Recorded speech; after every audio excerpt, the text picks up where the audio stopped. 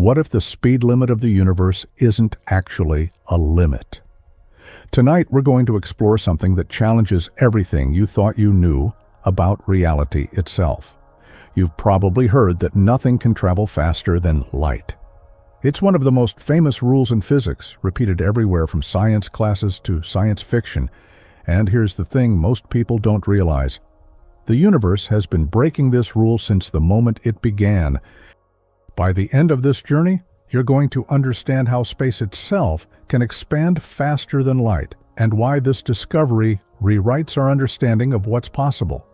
Before we dive in, if you enjoy these kinds of explorations, a quick like or subscribe really helps the channel grow. It's a small thing for you, but it makes a real difference for me. Get comfortable. This is going to be mind-bending. Imagine for a moment that you're sitting in a perfectly ordered room. Every object has its place. Every cause leads predictably to its effect. Every question has a clear answer. This was the universe that Isaac Newton gave us in the late 1600s.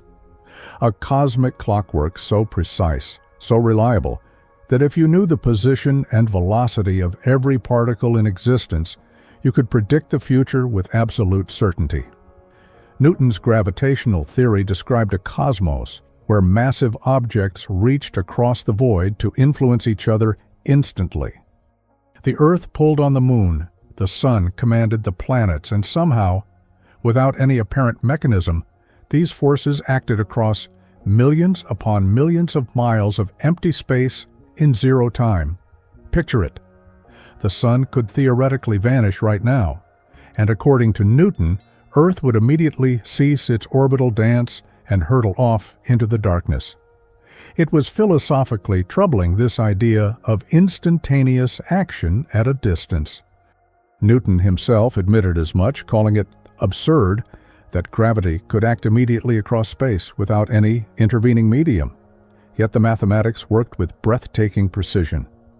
When astronomers pointed their telescopes skyward and tracked the wandering planets, Newton's equations predicted their positions with accuracy that seemed almost supernatural.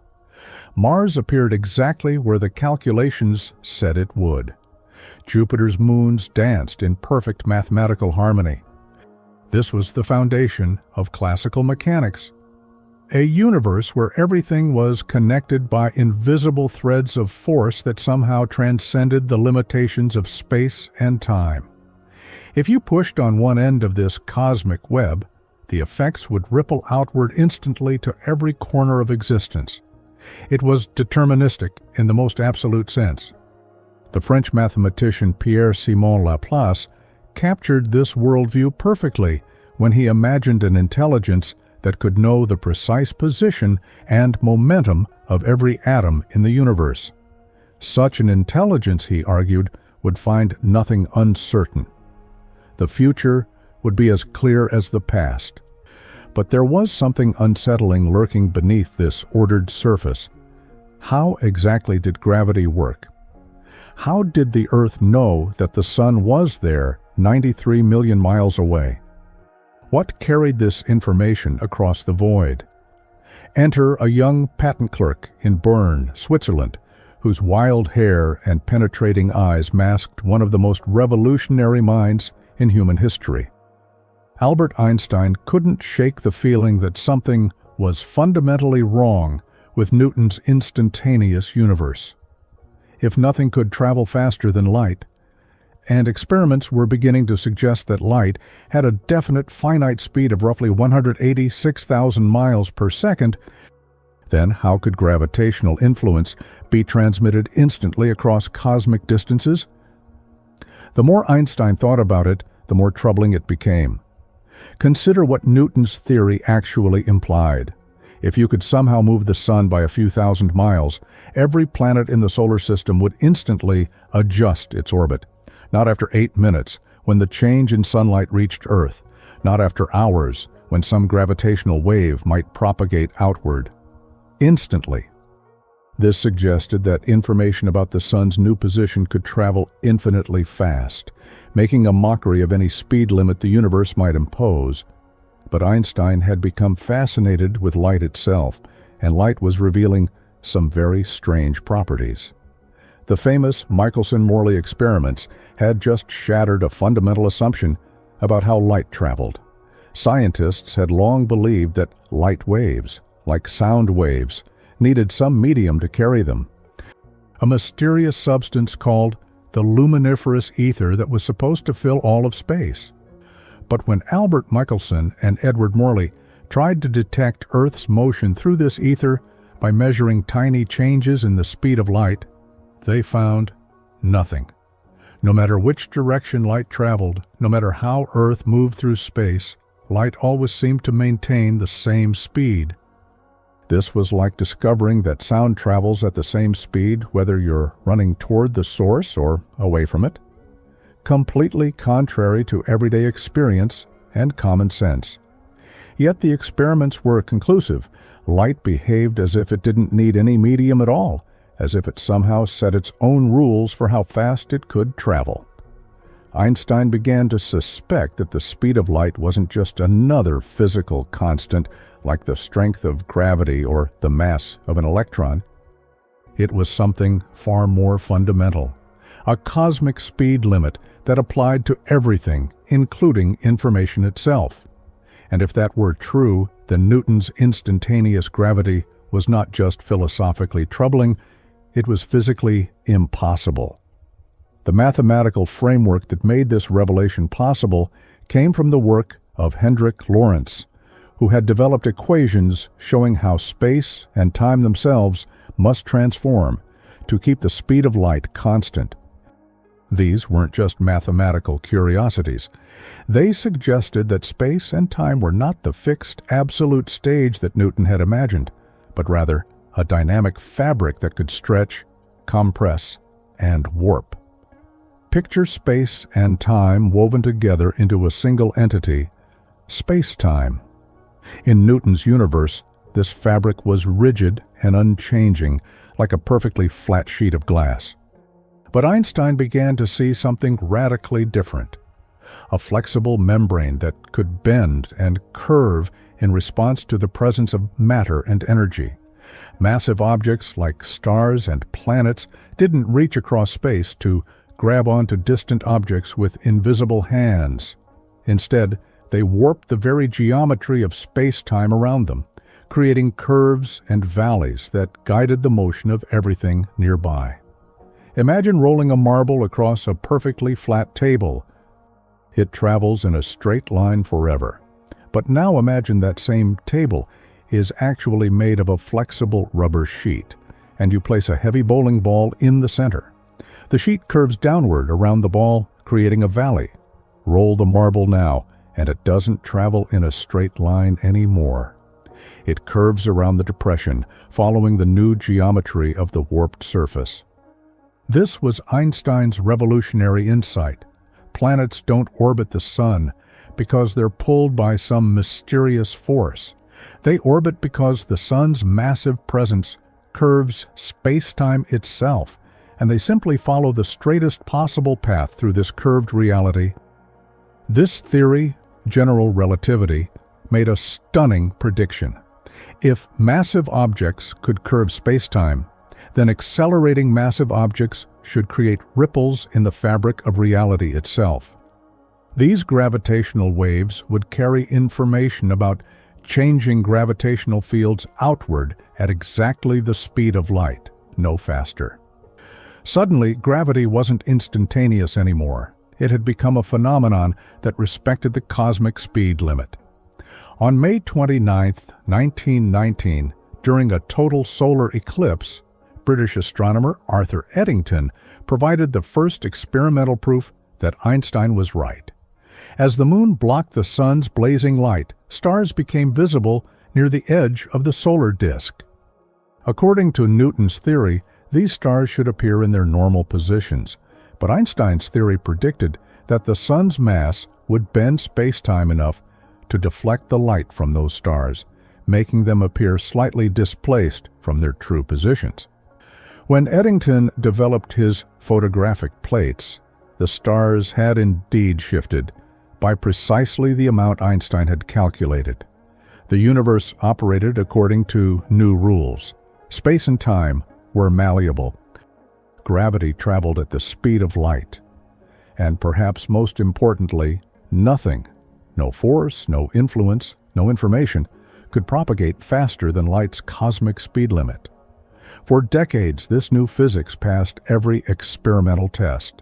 Atomic clocks flying on airplanes showed the predicted time dilation effects. The orbit of Mercury displayed exactly the precession that general relativity demanded. When astronomers finally detected gravitational waves in 2015 using the LIGO detectors, those waves arrived at Earth traveling at precisely the speed of light, exactly as Einstein had predicted nearly a century earlier.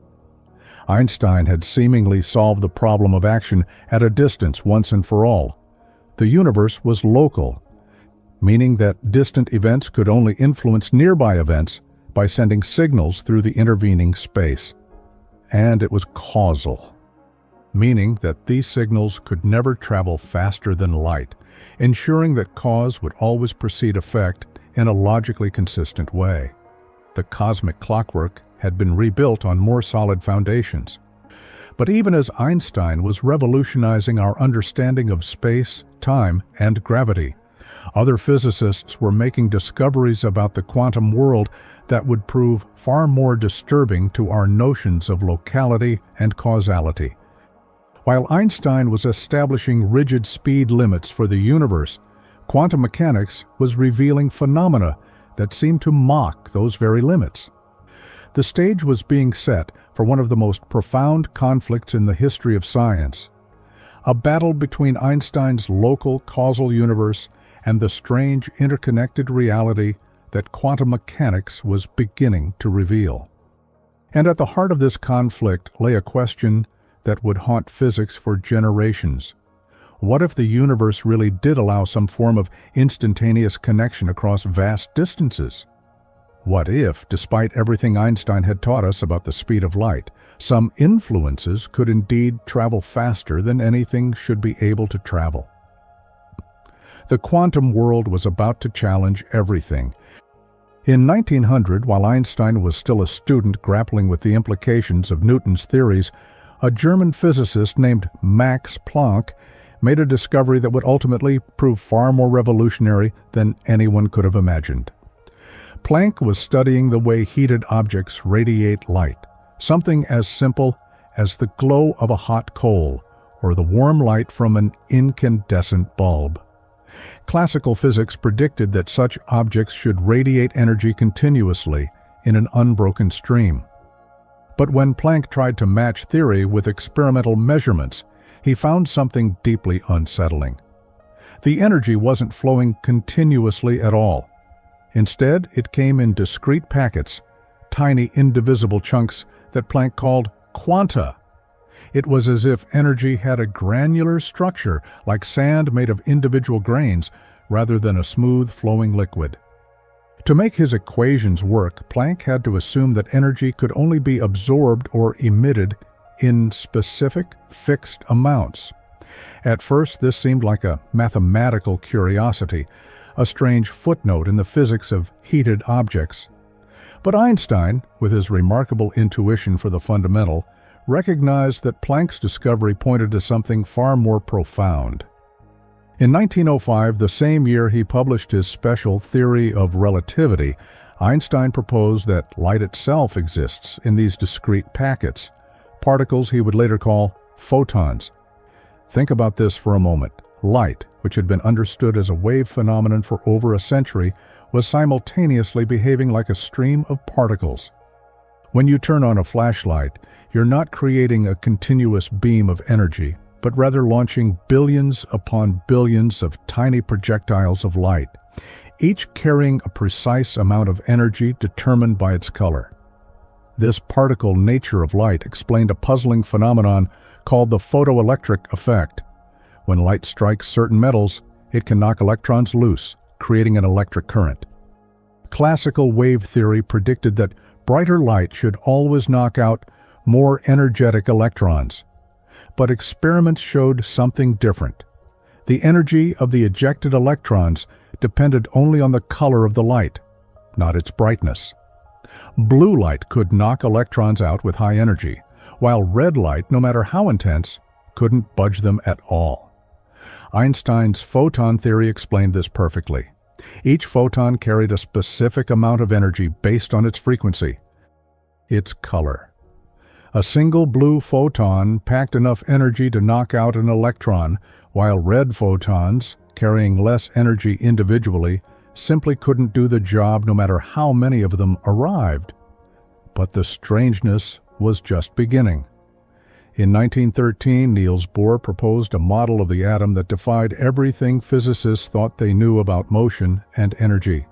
In Bohr's atom, electrons didn't orbit the nucleus like planets around the sun, following any path they pleased. Instead, they were restricted to specific orbits, energy levels that were quantized, just like Planck's energy packets. When an electron absorbed a photon of precisely the right energy, it would instantly jump from one orbit to another, as if it had teleported across the intervening space without ever existing in between. These quantum leaps became one of the most famous concepts in physics, yet they made no sense according to classical mechanics. How could an electron disappear from one place and reappear in another without traveling through the space between? The mystery deepened when Louis de Broglie suggested in 1924 that if light could behave like particles, perhaps particles could behave like waves. Every electron, every proton, every atom in your body might have an associated wavelength, a wave-like character that only revealed itself under the right circumstances. This wasn't just theoretical speculation. When experimenters fired electrons at barriers with two narrow slits, the famous double-slit experiment, something extraordinary happened. Instead of passing through one slit or the other like classical particles would, the electrons created an interference pattern on the detection screen behind the slits. They were interfering with themselves, as if each individual electron had somehow passed through both slits simultaneously and then recombined. But here's where quantum mechanics became truly mind-bending. When scientists placed detectors at the slits to see which path each electron actually took, the interference pattern vanished. The very act of observation seemed to force the electron to choose a single path, collapsing its wave-like behavior into particle-like behavior instantaneously. Werner Heisenberg formalized this strange relationship between observation and reality in his famous uncertainty principle. He showed that there are fundamental limits to what we can know about a quantum system. The more precisely you try to measure a particle's position, the less precisely you can know its momentum, and vice versa. This isn't just a limitation of our measuring instruments. It's a fundamental feature of reality itself. Erwin Schrödinger developed the mathematical framework that described these quantum waves, the wave function, usually represented by the Greek letter psi, pubs. This wave function contains all the information that exists about a quantum system. But here's the catch. The wave function doesn't tell you where a particle is or what it's doing. Instead, it tells you the probability of finding the particle in various states when you make a measurement. Max Born provided the interpretation that made sense of this mathematical formalism. The square of the wave function's amplitude at any point gives you the probability density of finding the particle there. Physics had transformed from a deterministic science that could predict exact outcomes into a probabilistic science that could only predict the likelihood of different possibilities. Picture an electron orbiting an atom's nucleus. In classical physics, you could imagine tracking its precise path like watching a tiny planet follow its orbit. But in quantum mechanics, the electron exists in a cloud of probability. It's everywhere it could possibly be, all at once, until the moment you try to observe it. Then, and only then, does it decide where to be. This phenomenon, the collapse of the wave function, happens instantaneously, no matter how spread out the quantum system might be. If an electron's wave function extends across miles of space, which is theoretically possible, a measurement at one location immediately affects the probability of finding the electron everywhere else. The collapse appears to propagate faster than light, seemingly violating Einstein's carefully established cosmic speed limit. Schrödinger himself illustrated the absurdity of this interpretation with his famous thought experiment involving a cat. Imagine a cat sealed in a box with a quantum system that has a 50% chance of decaying within an hour. If the system decays, it triggers a mechanism that releases poison, killing the cat. If it doesn't decay, the cat remains alive. According to the quantum mechanical description, before you open the box, the quantum system exists in a superposition. It is both decayed and not decayed simultaneously. This means the cat should also be in a superposition, both alive and dead, at the same time. Only when you open the box and observe the system does the wave function collapse, forcing the cat into a definite state. Obviously, this defies common sense. Cats are clearly either alive or dead, not some ghostly combination of both. Yet the mathematics of quantum mechanics, which worked perfectly for atomic and subatomic systems, seem to demand exactly this kind of bizarre superposition. The Copenhagen interpretation, developed primarily by Bohr and his colleagues, accepted these strange features as fundamental aspects of reality. According to this view, quantum systems don't have definite properties until they're measured. The act of measurement doesn't just reveal pre-existing properties, it actually creates them. Wolfgang Pauli discovered another quantum rule that had no classical equivalent: the exclusion principle. No two electrons in an atom could occupy exactly the same quantum state. This principle explained the structure of the periodic table and why matter doesn't collapse under electromagnetic forces. It was as if nature had built in traffic laws that prevented quantum particles from overlapping in certain ways. Electrons were found to possess an intrinsic property called spin, a quantum characteristic that had no direct classical analog. An electron could spin up or spin down, but remarkably it could also exist in a superposition of both spin states simultaneously. Measure the spin, and it would instantly collapse to either up or down, but before measurement it genuinely possessed both characteristics. All of this troubled Einstein deeply. The probabilistic nature of quantum mechanics clashed with his conviction that nature operated according to deterministic principles. God does not play dice, he famously declared, expressing his belief that the quantum world's apparent randomness must reflect our incomplete understanding rather than any fundamental indeterminacy in nature. The tension between quantum mechanics and Einstein's relativistic principles created a profound crisis in physics. Quantum wave functions seem to collapse instantaneously across all of space, suggesting some form of faster-than-light influence. Yet Einstein had spent decades establishing that nothing, no information, no influence, no causal connection, could propagate faster than light. How could both theories be correct? Einstein's relativity had passed every experimental test, providing the foundation for our understanding of space, time, and gravity. Quantum mechanics was equally successful, explaining atomic structure, chemical bonding, and a host of phenomena that classical physics couldn't touch. Yet, they seemed to make contradictory claims about the fundamental nature of reality. Einstein refused to accept that quantum mechanics represented the final word on nature's laws. Throughout the 1920s and 1930s, he developed increasingly sophisticated thought experiments designed to expose what he saw as the theory's incompleteness. He believed that beneath the quantum world's apparent randomness lay hidden variables, unmeasured properties that would restore determinism and locality to physics. Bohr defended quantum mechanics with equal passion, arguing that the theory was complete as it stood. The Copenhagen interpretation didn't just describe what we could know about quantum systems, it described what could be known, period. The quantum world's strangeness wasn't a sign of incomplete understanding, but a revelation of nature's true character. The stage was being set for one of the most important intellectual confrontations in the history of science. On one side stood Einstein's vision of a local, deterministic universe where causes preceded effects and nothing traveled faster than light.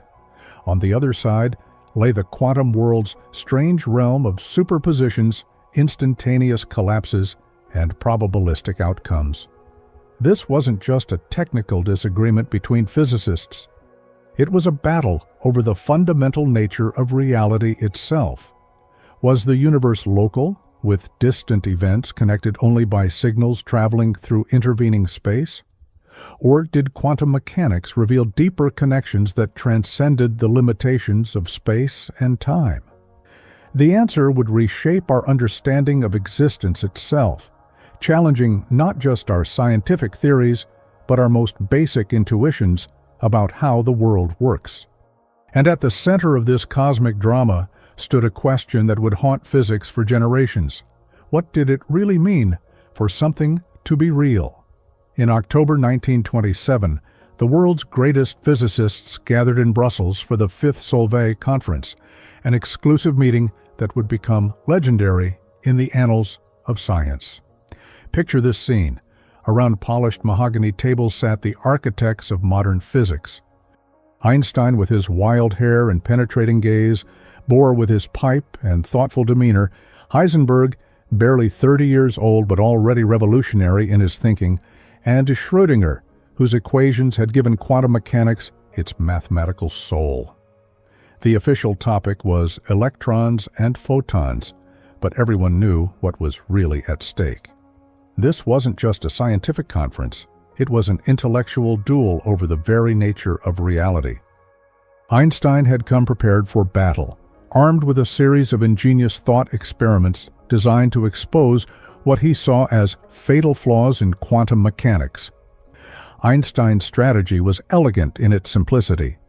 If he could devise a way to measure both the position and momentum of a particle with perfect precision, he would violate Heisenberg's uncertainty principle and prove that quantum mechanics was incomplete. The principle stated that the more precisely you know a particle's position, the less precisely you can know its momentum, and vice versa. But Einstein believed this limitation reflected our ignorance, not any fundamental feature of nature. His first assault came in the form of an elaborate measuring device. Imagine, Einstein proposed, a screen with a single slit that could move freely up and down. When a particle passes through the slit, conservation of momentum requires the screen to recoil slightly. By measuring both the recoil of the screen and the position where the particle strikes a detection plate behind it, couldn't you determine both the particle's initial momentum and its precise path? Bohr listened carefully, his brow furrowed in concentration. Then, with the patience of a master craftsman, he began to dismantle Einstein's argument piece by piece. To measure the screen's recoil, Bohr explained, you would need to know its initial position with perfect precision. But the uncertainty principle applies to the screen too. The more precisely you try to fix its initial position, the more uncertain its momentum becomes, making it impossible to measure the particle's momentum transfer accurately. Einstein returned the next morning with an even more sophisticated challenge. Consider, he said, a particle passing through two slits simultaneously, as quantum mechanics insisted it must. Place detectors at each slit to determine which path the particle actually takes. Surely this would force the particle to choose one slit or the other, revealing the inadequacy of the superposition concept. Again, Bohr responded with devastating clarity. The moment you place detectors at the slits, he explained, you fundamentally alter the experimental setup. The detectors necessarily interact with the particle to determine its path, and this interaction destroys the very coherence that creates the interference pattern. You can choose to know which path the particle takes, or you can observe its wave-like interference, but quantum mechanics forbids you from having both pieces of information simultaneously. This principle, which Bohr called complementarity, became central to his defense of quantum mechanics. Wave and particle descriptions of quantum objects were like two sides of a coin. Both were necessary for a complete description of reality, but you could never see both sides at once. The very act of measurement determined which aspect of the quantum world you would observe. Night after night, the debates continued in the hotel corridors and over dinner tables. Einstein would present a new paradox, convinced he had finally cornered quantum mechanics in a logical trap. Bohr would retreat to his room, pacing and muttering in Danish, working through the implications of Einstein's latest challenge. By morning, he would emerge with a response that invariably revealed a subtle flaw in Einstein's reasoning. The most famous exchange of the conference concerned the nature of reality itself. Einstein, frustrated by quantum mechanics' apparent denial of objective reality, posed a simple question that cut to the heart of the debate. Do you really believe that the moon exists only when someone is looking at it? This wasn't just a rhetorical flourish. Einstein was pointing to what he saw as the absurd consequence of the Copenhagen interpretation. If quantum objects didn't have definite properties until they were measured, what happened to the everyday world of trees and rocks and celestial bodies? Did the moon really flicker in and out of existence depending on whether astronomers were pointing their telescopes skyward? Bohr's response was equally pointed. Einstein, stop telling God what to do. But beneath this quip lay a profound philosophical disagreement. Bohr argued that we must abandon our classical intuitions about reality. The quantum world operated according to principles that transcended our everyday experience. Just because something seemed absurd to human intuition didn't make it wrong. The experiments that were being performed in laboratories around the world seemed to support Bohr's position. When physicists fired electrons through double slits and watched for interference patterns, they found exactly what quantum mechanics predicted. When they tried to determine which slit each electron passed through, the interference disappeared. Nature seemed to be telling them that reality at the quantum level was fundamentally different from anything they had ever imagined. Schrödinger, who had initially been sympathetic to Einstein's position, found himself growing increasingly uncomfortable with the implications of his own equations. If quantum mechanics was correct, then his wave function described systems that existed in multiple states simultaneously until observation forced them into a single, definite state. To illustrate what he saw as the absurdity of this view, Schrödinger devised his famous thought experiment involving a cat. Imagine sealing a cat in a box with a quantum system that has a 50% chance of decaying within an hour, Schrödinger proposed. If it decays, a Geiger counter detects the radiation and triggers a mechanism that shatters a flask of poison, killing the cat. According to quantum mechanics, before you open the box, the quantum system exists in a superposition of decayed and undecayed states.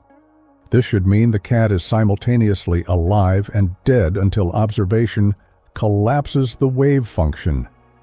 The absurdity was intentional. Schrödinger was trying to show that quantum mechanics, when pushed to its logical conclusion, led to ridiculous consequences in the everyday world. Surely cats were either alive or dead, not trapped in some ghostly combination of both states. But Bohr and his supporters were undaunted.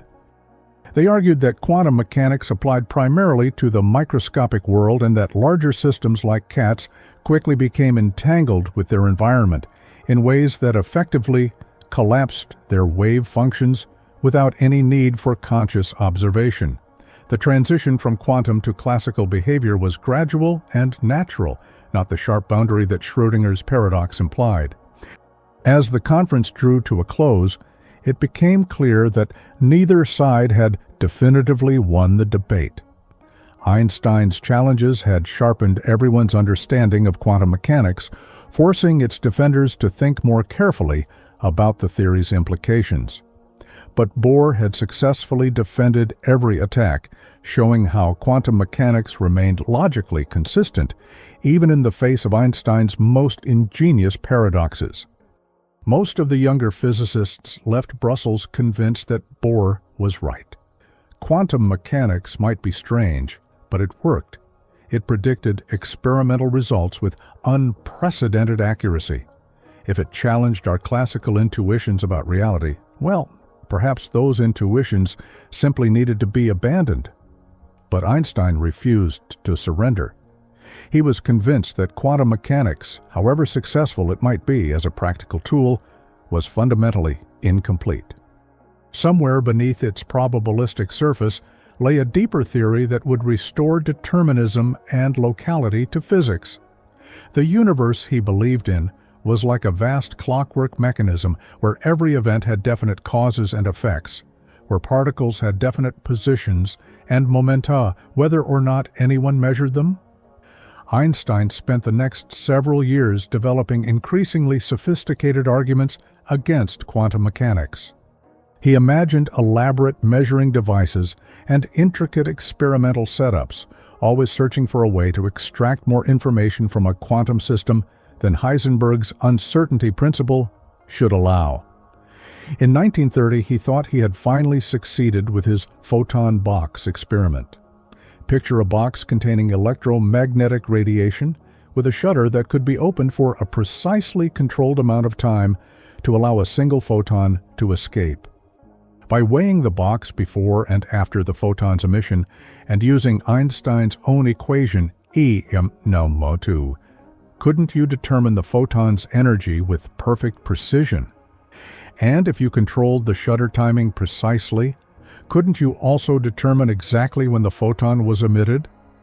This would seem to violate the uncertainty principle's restriction on simultaneous knowledge of energy and time. But Bohr, working through the night with characteristic intensity, found the flaw in Einstein's reasoning. To weigh the box accurately, you would need to use a gravitational field to compare its mass with a reference weight. But Einstein's own general theory of relativity showed that clocks run differently in gravitational fields. The uncertainty in the gravitational field needed to measure the box's mass would introduce exactly the right amount of uncertainty in the timing measurement to preserve the uncertainty principle. It was a masterful response, Einstein's own relativity theory protecting quantum mechanics from Einstein's attack. The irony wasn't lost on anyone.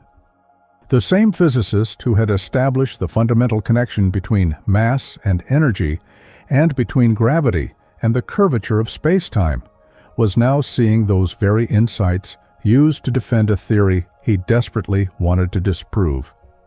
But Einstein was far from finished. He was already working on what he believed would be his ultimate challenge to quantum mechanics.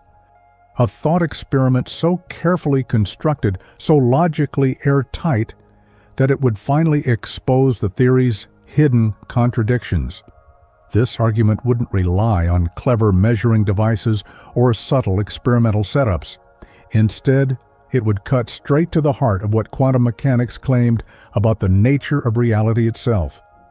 The stage was set for Einstein to present a paradox that would reveal the irreconcilable tension between the local universe demanded by relativity and the strange, instantaneously connected reality that quantum mechanics seemed to describe. The question at the center of this coming confrontation was deceptively simple. Could information travel instantaneously? If it could, then Einstein's relativity was incomplete. If it couldn't, then quantum mechanics needed fundamental revision. This battle was no longer just about competing scientific theories. It had become a struggle for the soul of physics itself, a confrontation between two radically different visions of how the universe operated. On one side lay Einstein's clockwork cosmos of definite properties and local interactions. On the other stood the quantum world's realm of probability clouds and instantaneous connections. The philosophical implications stretched far beyond physics laboratories. These debates forced scientists to confront the deepest questions about knowledge and existence. What does it mean for something to be real?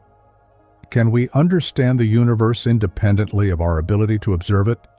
Are there fundamental limits to what conscious beings can know about nature?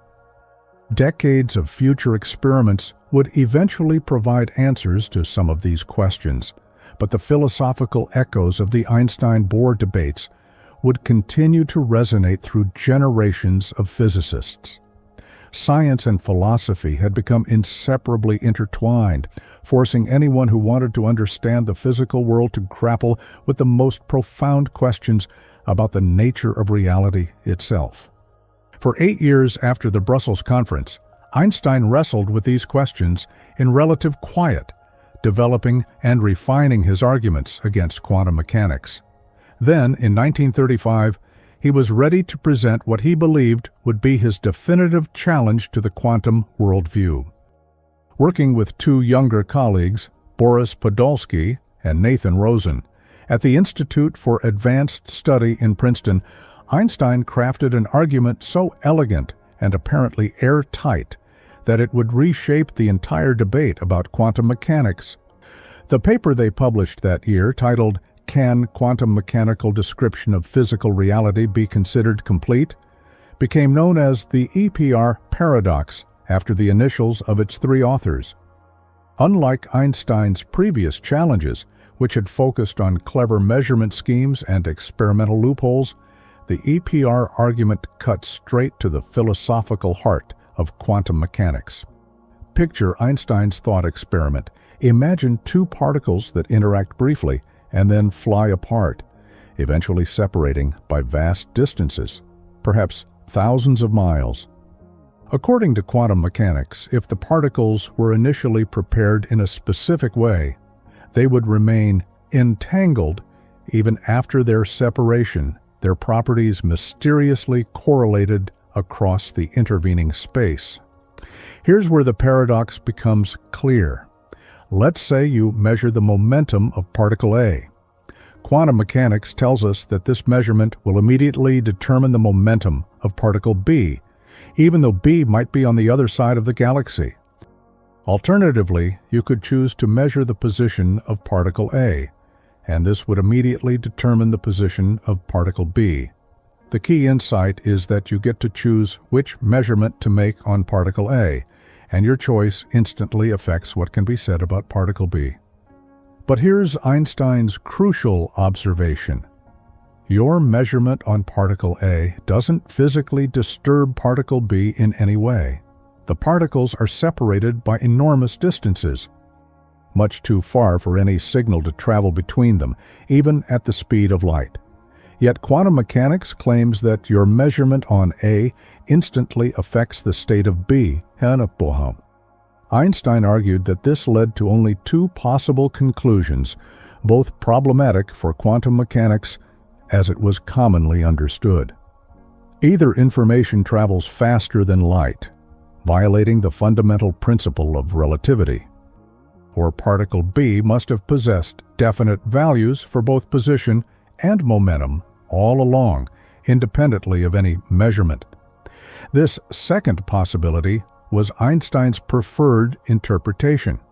He proposed that quantum mechanics was simply incomplete, that there were hidden variables determining the properties of particles that the theory couldn't account for. These hidden variables would ensure that when you measured particle A's momentum and instantly knew particle B's momentum, you weren't actually causing any instantaneous change in B. Rather, you were simply revealing a property that B had possessed all along. To make their argument more precise, Einstein, Podolsky, and Rosen established what they called a criterion of reality. They argued that if you can predict a property of a physical system without disturbing it in any way, then that property must correspond to an element of physical reality. Since measuring particle A allows you to predict properties of particle B without disturbing B, those properties must be real. They also invoked what philosophers now call the principle of locality, the idea that objects are only directly influenced by their immediate surroundings. Events happening at one location cannot instantly affect events at distant locations. This seemed like such a fundamental principle that questioning it would undermine the entire foundation of physics. Combining these two principles, reality and locality, Einstein and his colleagues concluded that quantum mechanics must be incomplete. The theory might work perfectly for making predictions, but it couldn't be the final word on the nature of physical reality. Somewhere beneath its probabilistic surface lay a deeper deterministic theory that would restore local realism to physics. Bohr's response, published several months later, was characteristically subtle and philosophically sophisticated. He argued that the EPR argument rested on an outdated notion of physical reality. In the quantum world, Bohr claimed, you simply couldn't think of particles as separate, independent objects with well-defined properties. The entire two-particle system had to be treated as a single, indivisible whole. According to Bohr's interpretation, the quantum phenomenon included not just the particles themselves, but also the measuring apparatus used to observe them. You couldn't meaningfully talk about the properties of particle B in isolation. You had to consider the entire experimental setup, including whatever measurement you chose to perform on particle A. This holistic view meant that completeness in quantum mechanics didn't require providing a detailed description of each particle's individual properties. Instead, it meant being able to predict the probabilities of various measurement outcomes. The theory was complete not because it told you everything about reality, but because it told you everything that could possibly be known. Einstein found this response deeply unsatisfying. He believed that a proper physical theory should provide a complete description of reality as it actually exists, not just as it appears to human observers. God does not play dice, he had said, but equally important to Einstein was his conviction that the universe existed independently of human observation.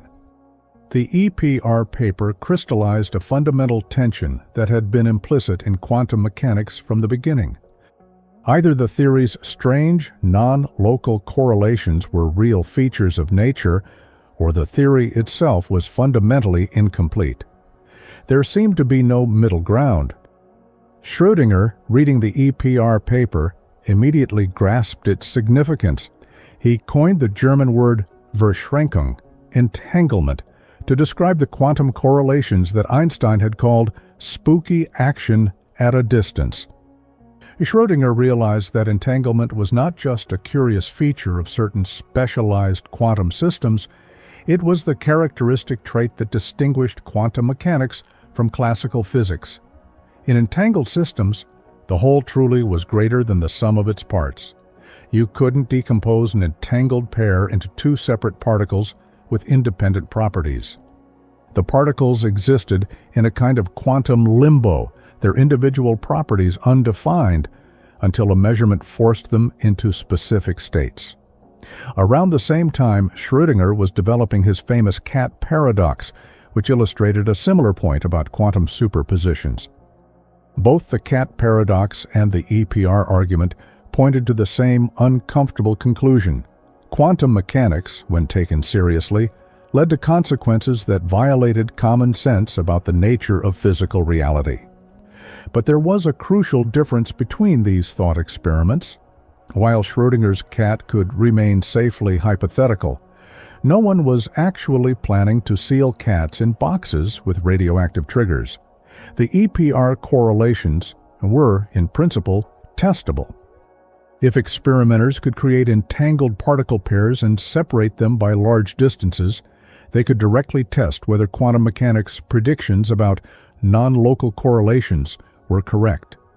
The technology needed for such tests didn't exist in 1935. Creating and detecting individual particles required sophisticated equipment that was still decades in the future. Scientists could test quantum mechanics in atomic and molecular systems, but extending these tests to the separated particles required by the EPR experiment was beyond the capabilities of 1930s physics. This technological limitation meant that the EPR debate remained primarily philosophical for several decades. Physicists could argue about what quantum mechanics implied, but they couldn't directly test the theory's most counterintuitive predictions. Meanwhile, the physics community was gradually accepting the Copenhagen interpretation as the standard view of quantum mechanics. Most physicists, especially the younger generation, were more interested in applying quantum mechanics to practical problems than in wrestling with its philosophical implications. The theory worked remarkably well for understanding atomic structure, chemical bonding, and the behavior of matter at the smallest scales. But the questions raised by EPR refused to disappear.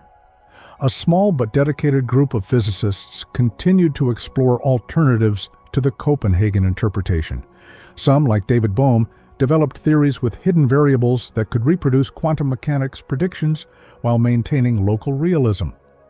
Others searched for experimental tests that might distinguish between different interpretations. Bohm's reformulation of the EPR argument, published in 1951, proved particularly influential. Instead of dealing with position and momentum, which were difficult to measure precisely, Bohm focused on particle spin. Imagine two particles with their spins entangled so that they always point in opposite directions. By measuring one particle's spin along various axes, you could instantly determine the other particle's spin along those same axes. This version was not only conceptually cleaner than the original EPR formulation, but it also pointed toward practical experimental tests. Particle spins could be measured with high precision, and the correlations predicted by quantum mechanics could be tested directly. Even more promising was the realization that photon polarization provided an ideal system for testing EPR correlations. Photons could be easily produced, their polarizations measured with high accuracy, and they could travel at the speed of light across large distances. Everything needed for a definitive test of quantum mechanics' non-local predictions was theoretically possible.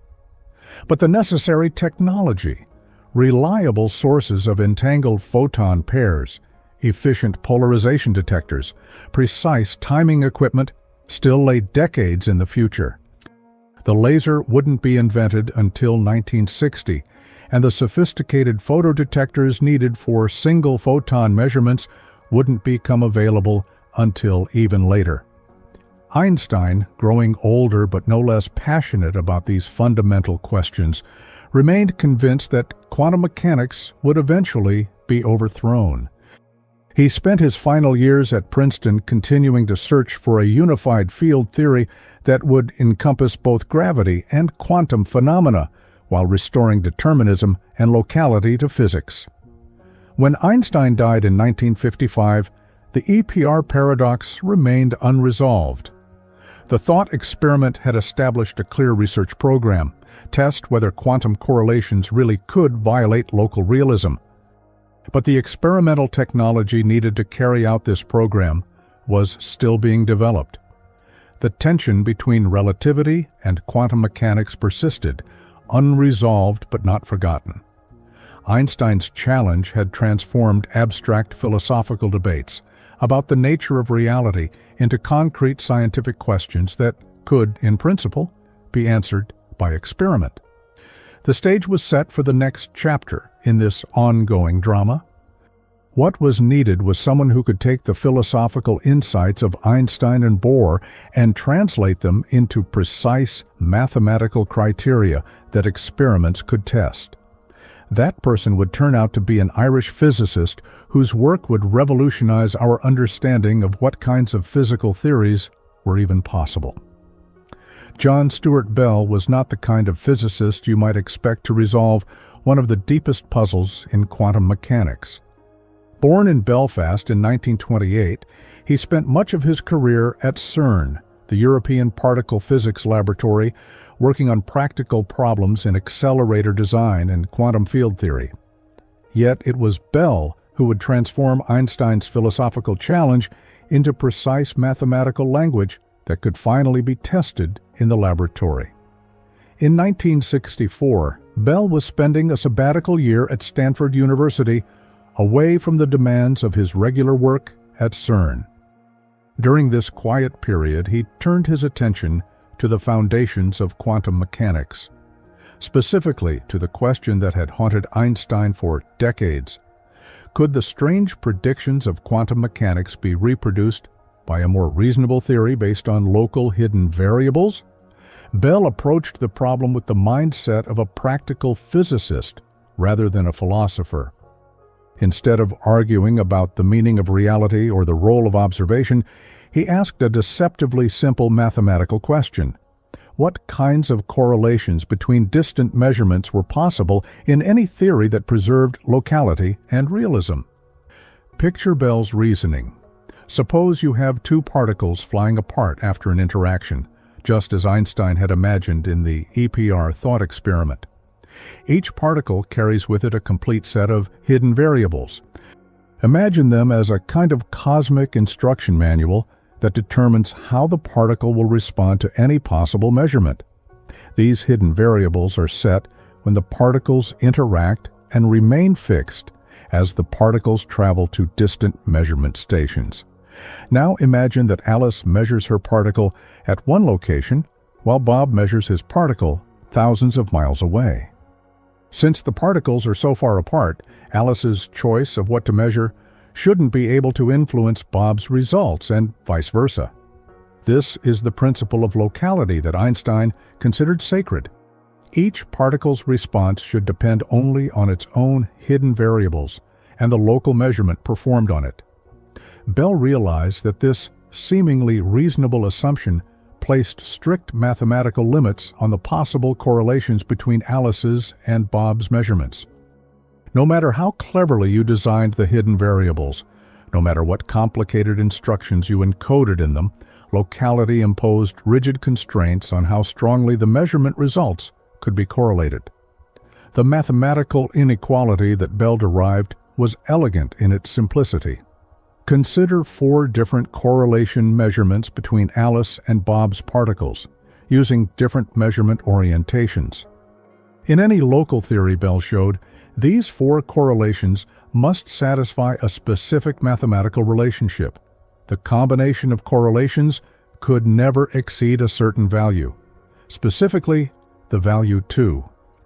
But here's where Bell's discovery became revolutionary. When he calculated what quantum mechanics predicted for the same experimental setup, he found that the quantum correlations could reach a maximum value of approximately 2.83, clearly violating Bell's inequality. Think about what this meant. Bell had proven mathematically that no theory based on local hidden variables could reproduce all the predictions of quantum mechanics. Either quantum mechanics was wrong, or the universe really did exhibit the kind of spooky, non-local connections that had so disturbed Einstein. This was not a matter of interpretation or philosophy. Bell had transformed the EPR debate into a concrete experimental question. Nature would have to choose, either respect the bounds imposed by local realism or violate them in exactly the way quantum mechanics predicted. The inequality that bears Bell's name can be understood through a simple example.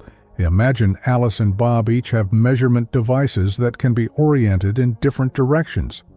Call Alice's orientations A and A prime, and Bob's orientations B and B prime. For each pair of orientations, they measure how often their results agree or disagree. Local realism places limits on how these correlations can combine. Specifically, the quantity EIAB plus EAB plus IAB, EIB, where E represents the correlation strength, can never exceed 2 in any local theory. This isn't just Bell's opinion, It's a mathematical theorem that follows inevitably from the assumptions of locality and realism. Yet quantum mechanics predicts that for certain measurement orientations, this same combination can reach a value of 22, approximately 2.828. This maximum violation, known as Searlson's bound, represents the strongest possible violation that quantum mechanics allows. Interestingly, Bell's theorem reveals that quantum mechanics occupies a middle ground between local realism and the most extreme non-local theories imaginable. Mathematics allows for theories that would violate Bell's inequalities even more dramatically than quantum mechanics does. But nature appears to have chosen a more moderate form of non-locality. Bell's argument rested on three key assumptions. First, that experimenters have genuine freedom to choose what measurements to perform, free will. Second, that influences cannot propagate faster than light, locality. And third, that physical properties exist objectively, independent of measurement, realism. His theorem proved that at least one of these seemingly reasonable assumptions must be false. The implications were staggering. If experiments confirmed quantum mechanics' violations of Bell's inequality, physicists would face an uncomfortable choice. They could abandon locality, accepting that the universe permits instantaneous influences across vast distances. They could reject realism, agreeing that physical properties don't exist independently of measurement. Or they could question free will itself, suggesting that our experimental choices are predetermined by hidden correlations extending back to the universe's beginning. Some physicists, led by David Bohm, had already shown that consistent non-local theories were possible. Bohm's interpretation of quantum mechanics preserved realism. Particles had definite positions and momenta at all times, but required non-local connections.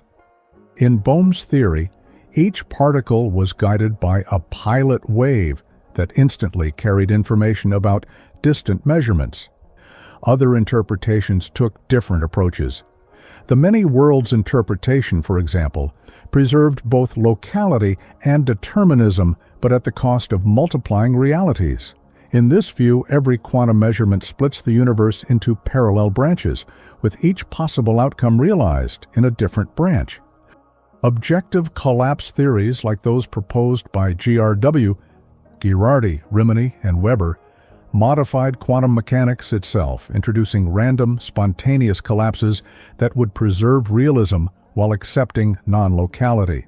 These theories predicted tiny deviations from standard quantum mechanics that might eventually be detectable. But Bell's theorem also revealed a crucial limitation of non-local connections.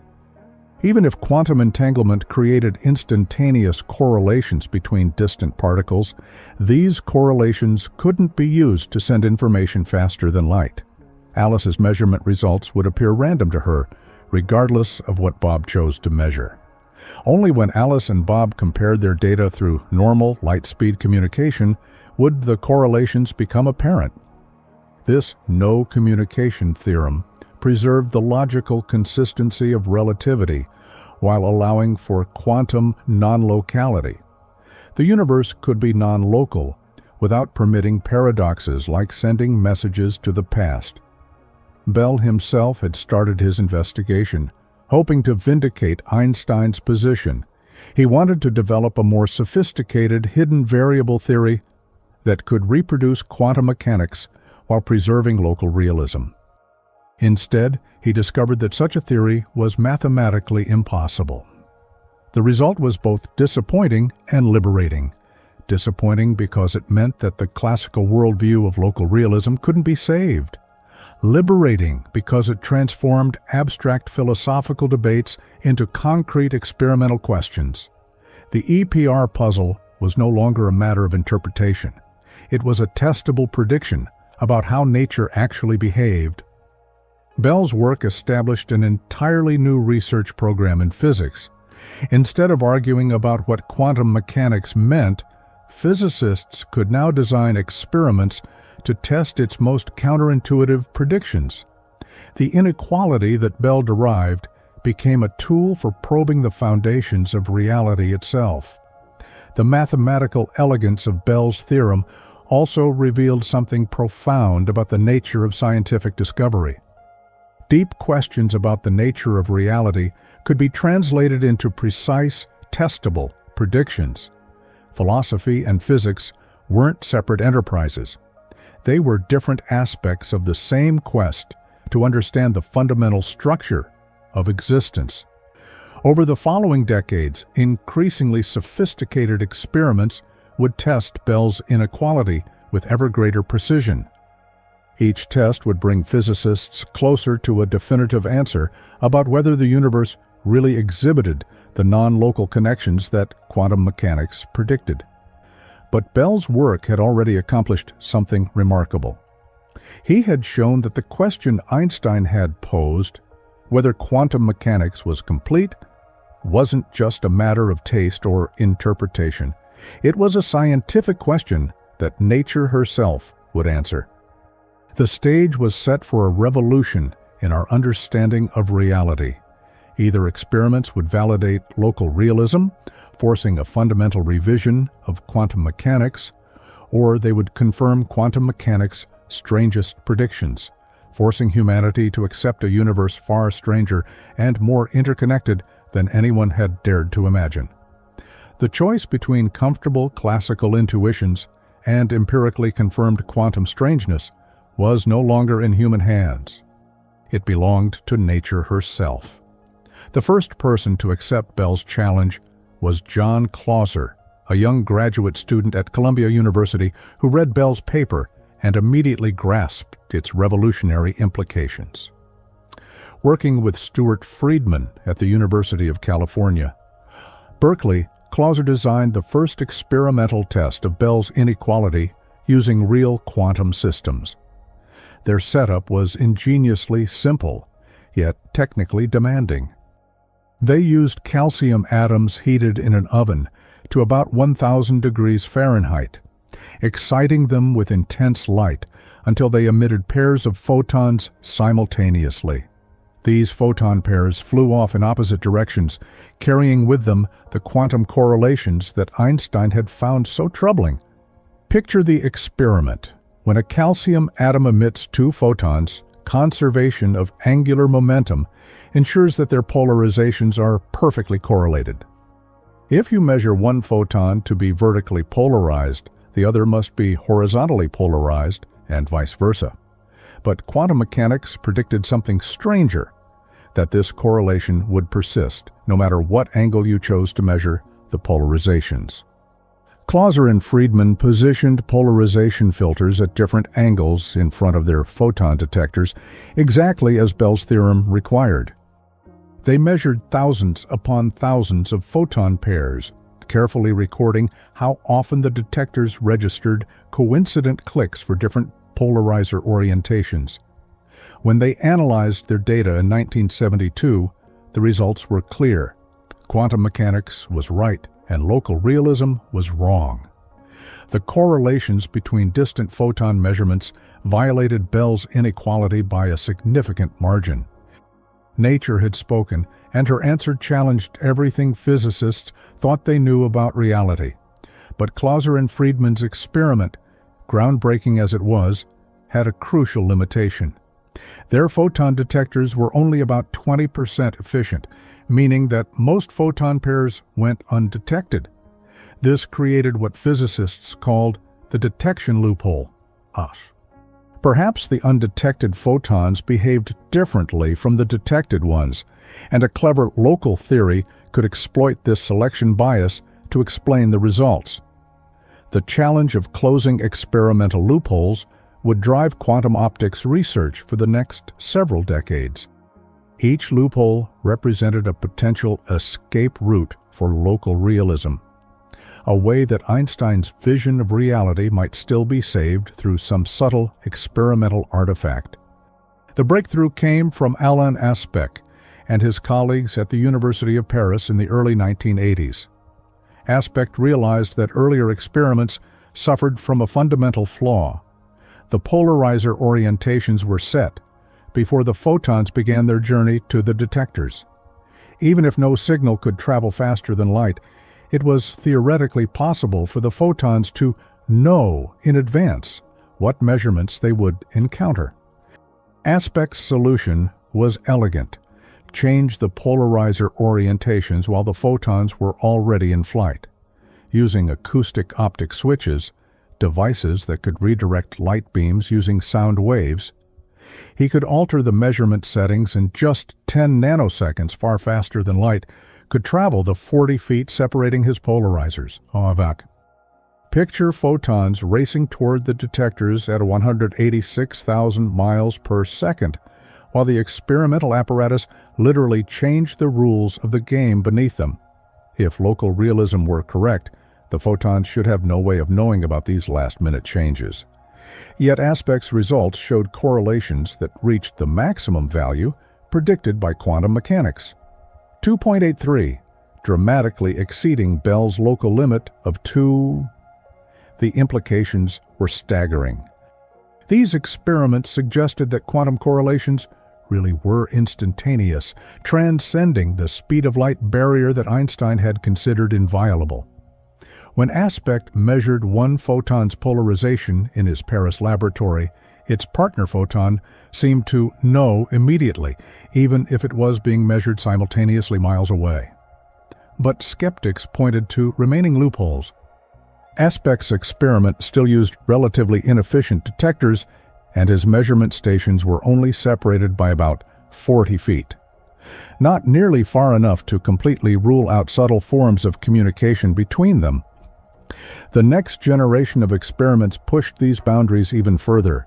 Anton Zeilinger and his colleagues began separating their detectors by miles rather than feet, first across laboratory buildings, then across entire cities.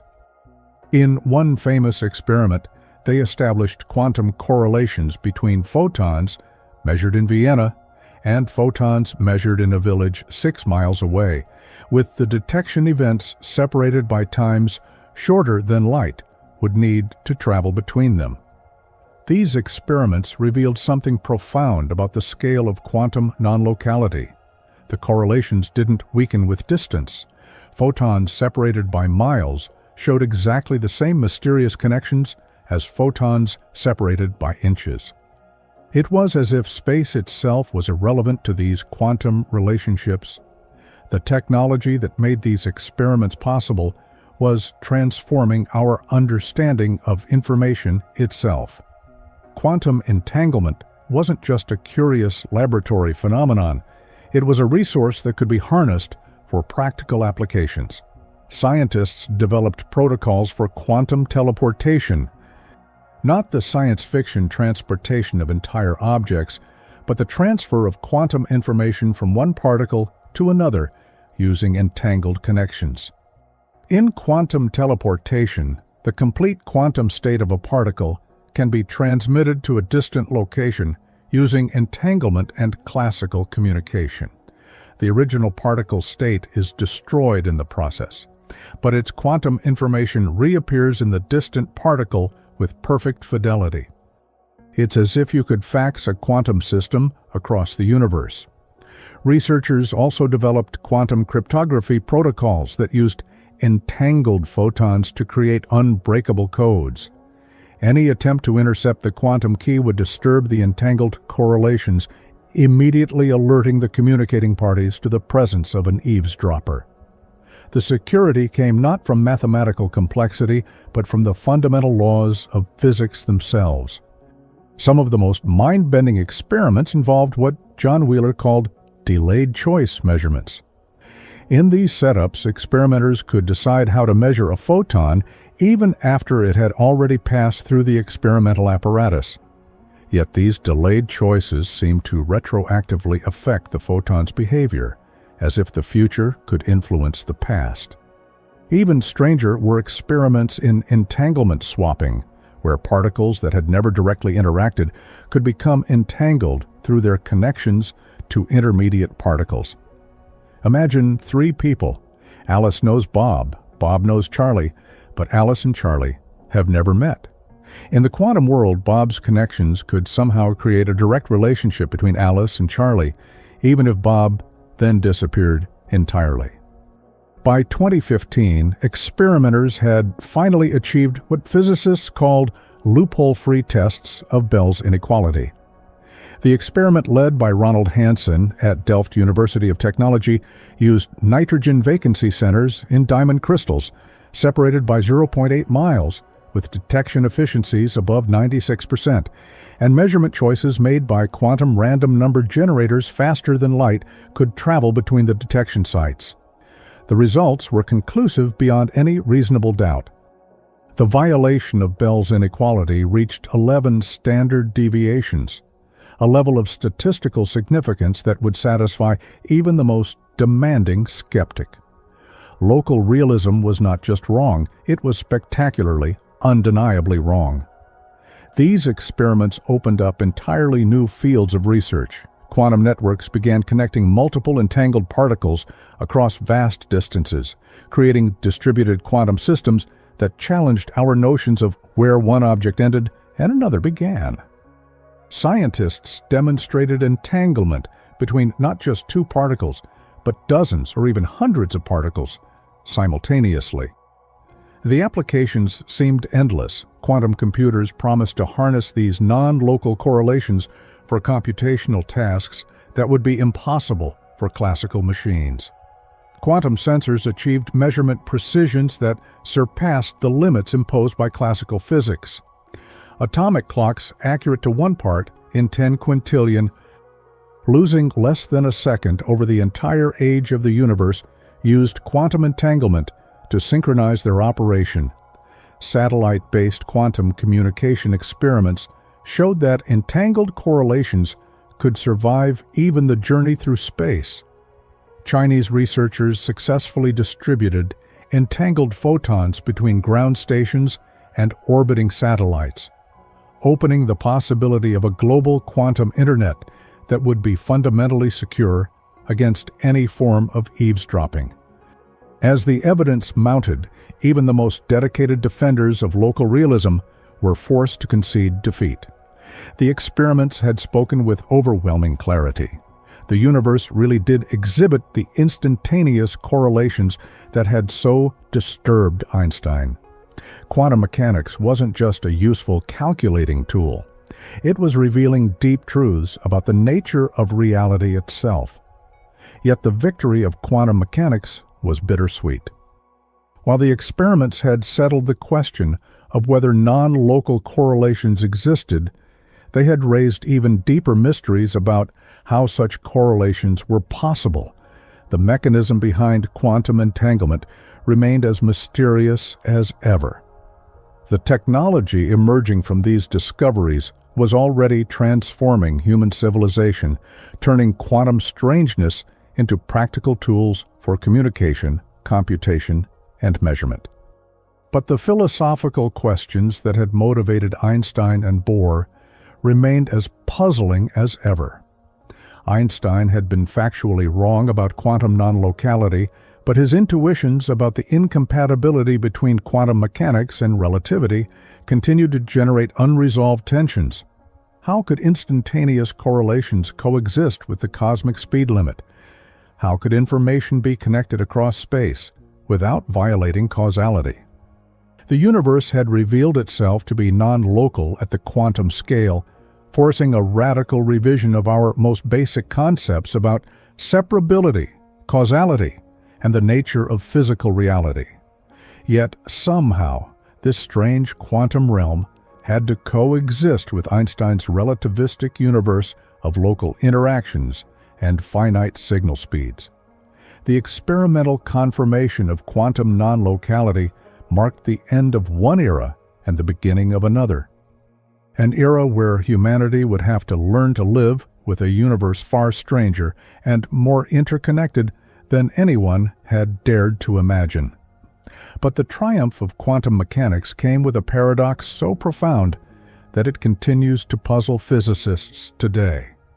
If particles can be instantaneously correlated across vast distances, why can't we use these connections to send messages faster than light? After all, if measuring a particle in New York instantly affects its entangled partner in Tokyo, shouldn't we be able to encode information in those measurements and transmit it instantaneously across the Pacific?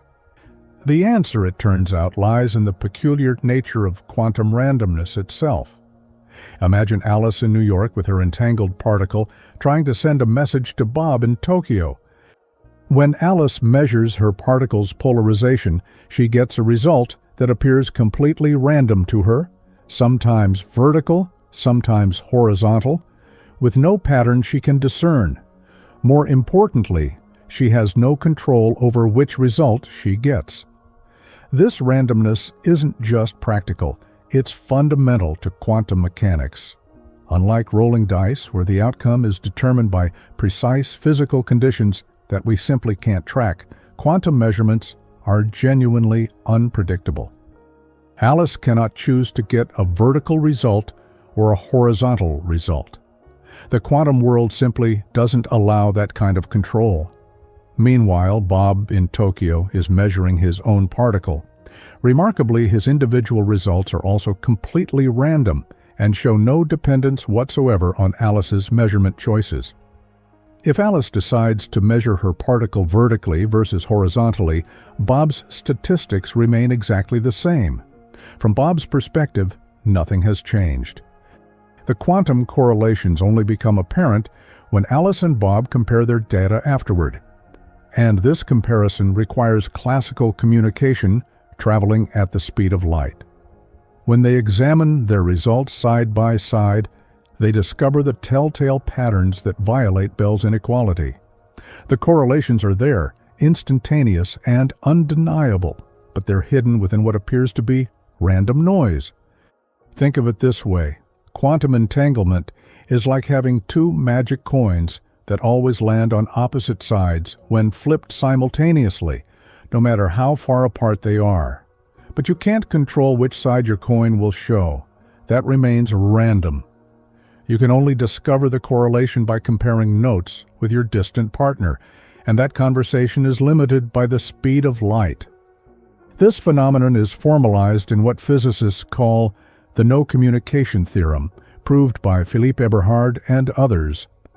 The theorem demonstrates mathematically that entangled quantum systems cannot transmit information faster than light, despite their instantaneous correlations. It's a remarkable example of how nature seems to permit the maximum amount of quantum strangeness while still preserving the logical structure of causality. To understand why this limitation exists, consider the mathematical structure of quantum mechanics itself. When Alice measures her particle, the combined two-particle system collapses into a definite state. But from Bob's local perspective, his particle's state appears to be what mathematicians call a maximally mixed state, a perfectly random distribution that contains no extractable information. Bob's local measurements are described by what's called a reduced density matrix, which captures only the information available to him without knowledge of Alice's distant measurements.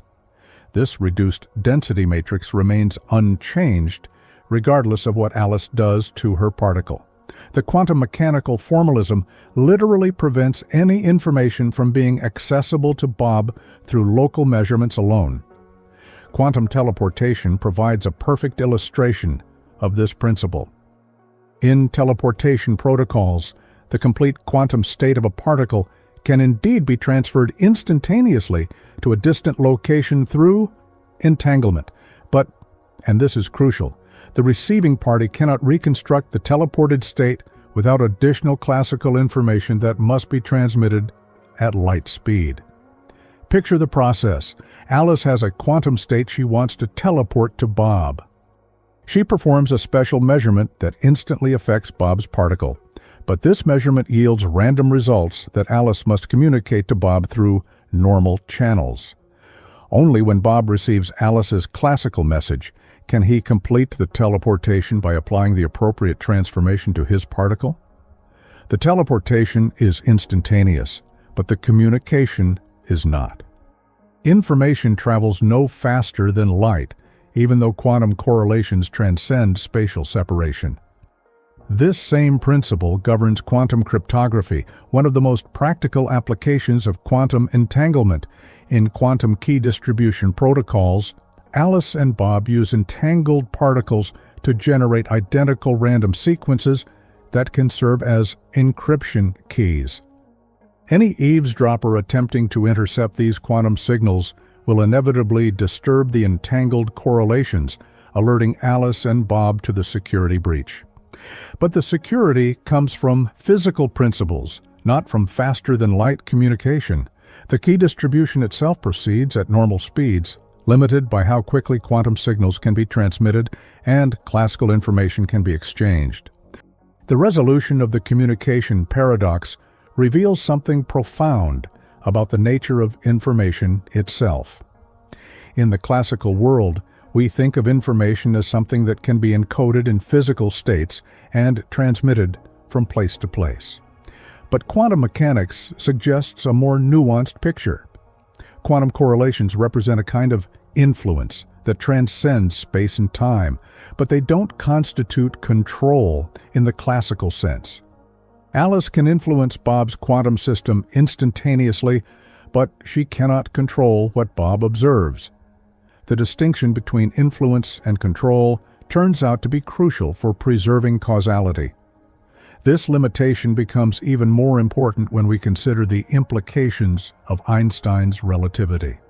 In special relativity, the very notion of simultaneous events depends on your reference frame.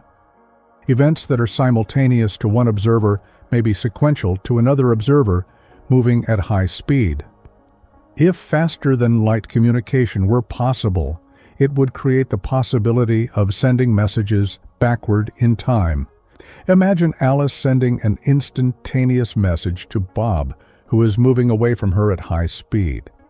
From Bob's perspective, he might receive the message before Alice sent it, violating the logical order of cause and effect. The quantum world seems to navigate this potential paradox by allowing instantaneous correlations while prohibiting instantaneous communication. It's as if nature has found the precise boundary between quantum strangeness and logical contradiction. Some physicists have speculated about even stranger theories that might allow faster-than-light communication. The Popescu-Roerlich theorem shows that mathematical theories more non-local than quantum mechanics are possible, and some of these hypothetical theories would indeed permit superluminal signaling. But nature appears to have chosen quantum mechanics, a theory that maximizes quantum correlations while preserving causality. Environmental decoherence provides another crucial limitation on quantum non-locality in the everyday world. Quantum correlations are extraordinarily fragile, typically lasting only tiny fractions of a second in realistic environments. Long before any quantum signals could propagate across macroscopic distances, they would be destroyed by interactions with the surrounding environment. The timescales involved are staggering. In warm, noisy environments like those we inhabit, quantum coherence typically survives for only femtoseconds, quadrillionths of a second. This means that any attempt to exploit quantum non-locality for practical communication would face overwhelming technical obstacles. Different interpretations of quantum mechanics offer various perspectives on this communication paradox. In the many worlds interpretation, superluminal communication does occur, but only between branches of the multiverse that can never communicate with each other. Each measurement splits reality into parallel worlds, and the correlations exist between these causally disconnected realities. Objective collapse theories introduce fundamental non-locality but preserve causality through the irreducible randomness of collapse events. The Bohmian interpretation allows explicit non-local connections through the quantum potential, but hidden variables ensure that no observable information can travel faster than light. Modern quantum technologies continue to push the boundaries of what's possible within these fundamental limitations. Quantum computers harness quantum parallelism. the ability of quantum systems to explore multiple computational paths simultaneously. But the extraction of useful information still requires measurements that collapse quantum states into classical results. Quantum algorithms like Shor's algorithm for factoring large numbers achieve their power through non-local quantum correlations, but the final computational results emerge through conventional measurements performed at conventional speeds. Some physicists have proposed exotic scenarios where cosmic censorship mechanisms might protect causality from potential violations. Perhaps unknown physical principles ensure that any attempt to use quantum correlations for faster-than-light communication would be automatically thwarted by other natural phenomena. What emerges from all these considerations is a picture of nature as simultaneously more connected and more restricted than classical physics ever imagined. The universe exhibits instantaneous correlations between distant events, violating our intuitive notions of locality. Yet these same correlations are structured in such a way that they cannot be exploited for practical communication. Quantum mechanics seems to permit exactly the maximum amount of non-local correlation consistent with the preservation of causality. It's as if nature has discovered a way to be fundamentally interconnected while still maintaining the logical structure that makes science, and perhaps consciousness itself, possible. The paradox that emerges from this analysis is both frustrating and beautiful. The universe contains deep, instantaneous connections that link distant events in ways that transcend our everyday experience of space and time. Yet these connections remain forever hidden from direct exploitation, accessible only through the careful comparison of local observations. We live in a cosmos where every particle is potentially connected to every other particle through invisible threads of correlation, but where those connections are inaccessible for practical communication between distant observers. Faced with this profound paradox, physicists have spent decades developing new interpretations of quantum mechanics that might resolve the tension between non-local correlations and relativistic causality. Each approach offers a different vision of reality, and each comes with its own conceptual costs and benefits. Perhaps the most radical solution was proposed in 1957 by a young graduate student named Hugh Everett III. Everett suggested that quantum mechanics should be taken completely literally, that the wave function never actually collapses. Instead, every quantum measurement splits the universe into parallel branches, each containing a different outcome. In Everett's many worlds interpretation, Schrödinger's cat is simultaneously alive and dead, but in different branches of a constantly branching multiverse. When you open the box, you don't collapse the wave function. You simply discover which branch of reality you happen to inhabit. The cat is alive in your branch and dead in a parallel branch that continues to exist alongside your own. This interpretation elegantly resolves the measurement problem by eliminating measurement as a special process. The wave function evolves unitarily and deterministically at all times, just as Schrödinger's equation demands. What appears to be randomness simply reflects our ignorance about which branch we'll find ourselves in after a quantum event. David Deutsch, a leading advocate of the many worlds interpretation, argues that it naturally explains quantum computation. When a quantum computer performs calculations, it's actually exploiting the computational resources of parallel universes. The computer performs different parts of a calculation in different branches of the multiverse, then uses quantum interference to extract the final answer. The many worlds interpretation also offers a solution to the non-locality paradox. Quantum correlations do violate locality, but only in the sense that they connect events in causally disconnected parallel universes. Within any single branch of the multiverse, all interactions remain local and causal. Einstein's concerns about faster-than-light signaling are resolved because the branches that would allow such signaling are forever isolated from each other. Sean Carroll and other modern advocates argue that many worlds emerges naturally from quantum mechanics without requiring additional assumptions. If you simply apply quantum mechanics to the entire universe, including measuring devices and observers, the branching structure appears automatically through a process called decoherence.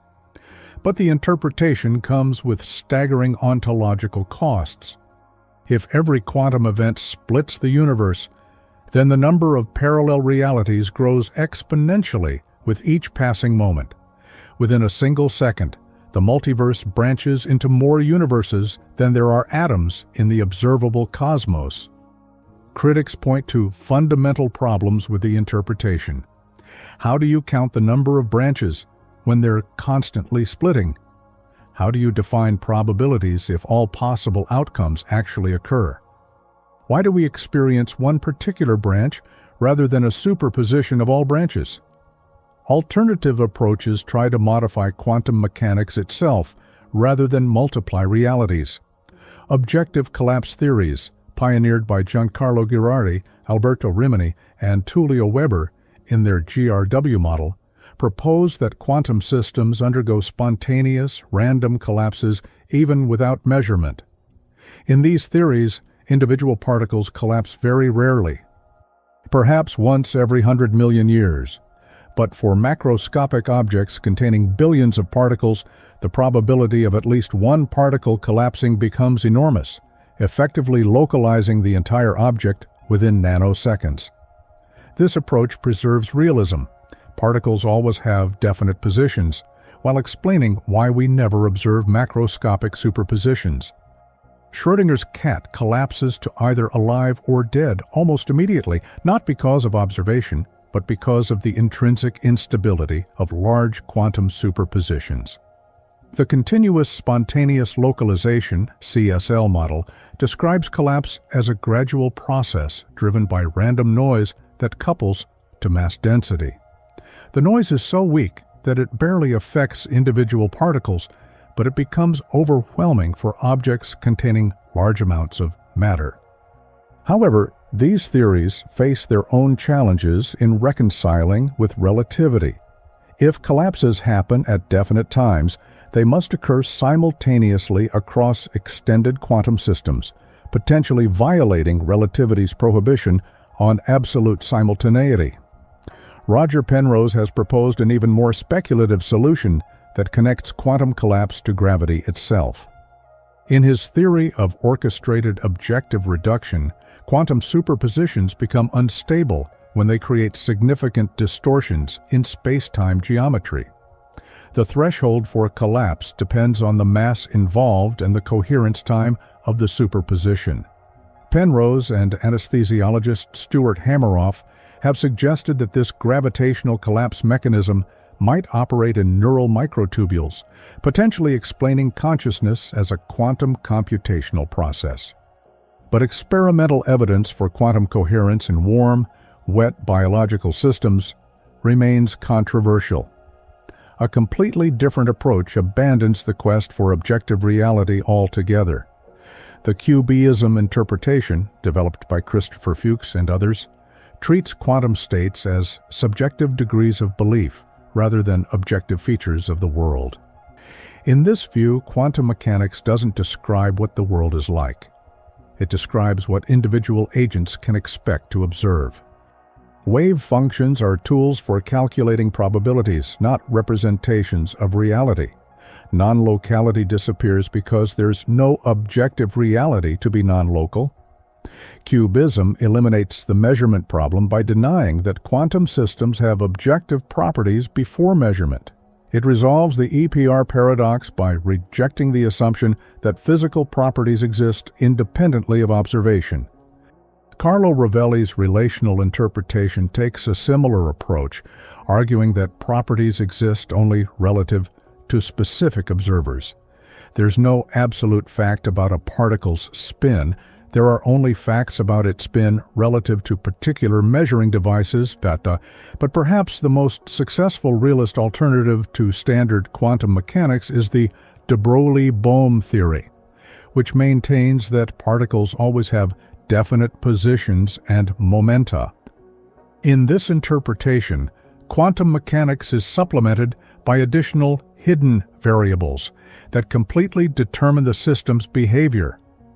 The Bohmian theory reproduces all the predictions of quantum mechanics exactly, but at the cost of explicit non-locality. Particles are guided by a quantum potential that depends instantaneously on the positions of all other particles in the universe. When Alice measures her particle in New York, the quantum potential immediately changes everywhere, affecting Bob's particle in Tokyo. Sheldon Goldstein and other Bohmian advocates argue that this non-locality is a small price to pay for preserving realism and determinism. The theory explains quantum phenomena without invoking mysterious collapses or multiple realities. Critics respond that Bohmian non-locality is experimentally undetectable, making the hidden variables scientifically meaningless. Moreover, the theory requires a special choice of probability distribution for the hidden variables that seems arbitrary and unnatural. Even more exotic approaches involve retrocausality, the idea that future events can influence past events. In these theories, quantum correlations are explained by influences that travel backward in time, from future measurements to past preparations. Yakir Aharonov and colleagues have developed a two-state vector formalism, where quantum evolution is determined by both initial and final conditions. The quantum state between two measurements depends on both the preparation and the eventual measurement, allowing future events to retrospectively influence past probabilities. These retrocausal theories can preserve locality by allowing influences to travel backward in time, but they face serious conceptual challenges. If the future influences the past, what happens to free will? Can we change the future by making different measurement choices, or are those choices predetermined by the retrocausal influences they help create? The most extreme position is superdeterminism, championed by Gerard, 't Hooft, and others. This approach denies that experimenters have genuine freedom to choose what measurements to perform. Instead, the experimental settings are correlated with the hidden variables from the beginning of the universe. In superdeterministic theories, Bell's theorem fails because its derivation assumes that measurement choices are independent of the systems being measured. If this measurement independence assumption is false, then local hidden variable theories become possible again. Critics argue that superdeterminism undermines the entire scientific enterprise. If our experimental choices are predetermined by hidden correlations extending back billions of years, how can we ever test theories objectively? Science requires the freedom to design independent tests, and superdeterminism seems to eliminate that freedom. Despite decades of effort, no interpretation has gained universal acceptance. Each approach solves some problems while creating others. Many worlds eliminates the measurement problem but multiplies realities beyond measure. Objective collapse preserves realism but potentially violates relativity. Cubism avoids paradoxes but abandons objective reality. Bohmian mechanics maintains determinism but requires exotic non-locality. What has emerged from this long search is a growing consensus that reality at its most fundamental level is profoundly non-classical. The strange features of quantum mechanics, superposition, entanglement, non-locality, are not mere artifacts of our ignorance or limitations of our measurement technology. They appear to be genuine features of how the world works. Yet the physical mechanism underlying quantum non-locality remains as mysterious today as it was in Einstein's time. We can describe it mathematically, predict it experimentally, and even exploit it technologically. but we still don't understand how it's possible for distant events to be instantaneously correlated. This mystery has forced physicists to confront the deepest questions about the nature of reality, causality, and information. The universe has revealed itself to be stranger and more interconnected than anyone imagined, but it has done so while carefully preserving the logical structure that makes science possible. The consensus that emerges from these modern interpretations is both humble and profound. Reality is fundamentally non-classical, but the mechanism of quantum non-locality remains deeply mysterious. While philosophers debated interpretations, theoretical physicists were making remarkable progress in unifying quantum mechanics with Einstein's special relativity. The marriage of these two theories produced quantum field theory, a framework so successful that it now underlies our understanding of every fundamental force except gravity. In quantum field theory, the apparent conflict between quantum non-locality and relativistic causality finds an elegant resolution. The theory preserves causality through a mathematical property called anti-commutativity. Field operators at distant points in space commute with each other, ensuring that measurements at one location cannot instantly influence measurements at another. Picture quantum fields as invisible entities filling all of space, fluctuating according to the uncertainty principle, even in perfect vacuum. These fluctuations create virtual particles that pop in and out of existence, borrowing energy from the vacuum for infinitesimally brief moments before paying it back.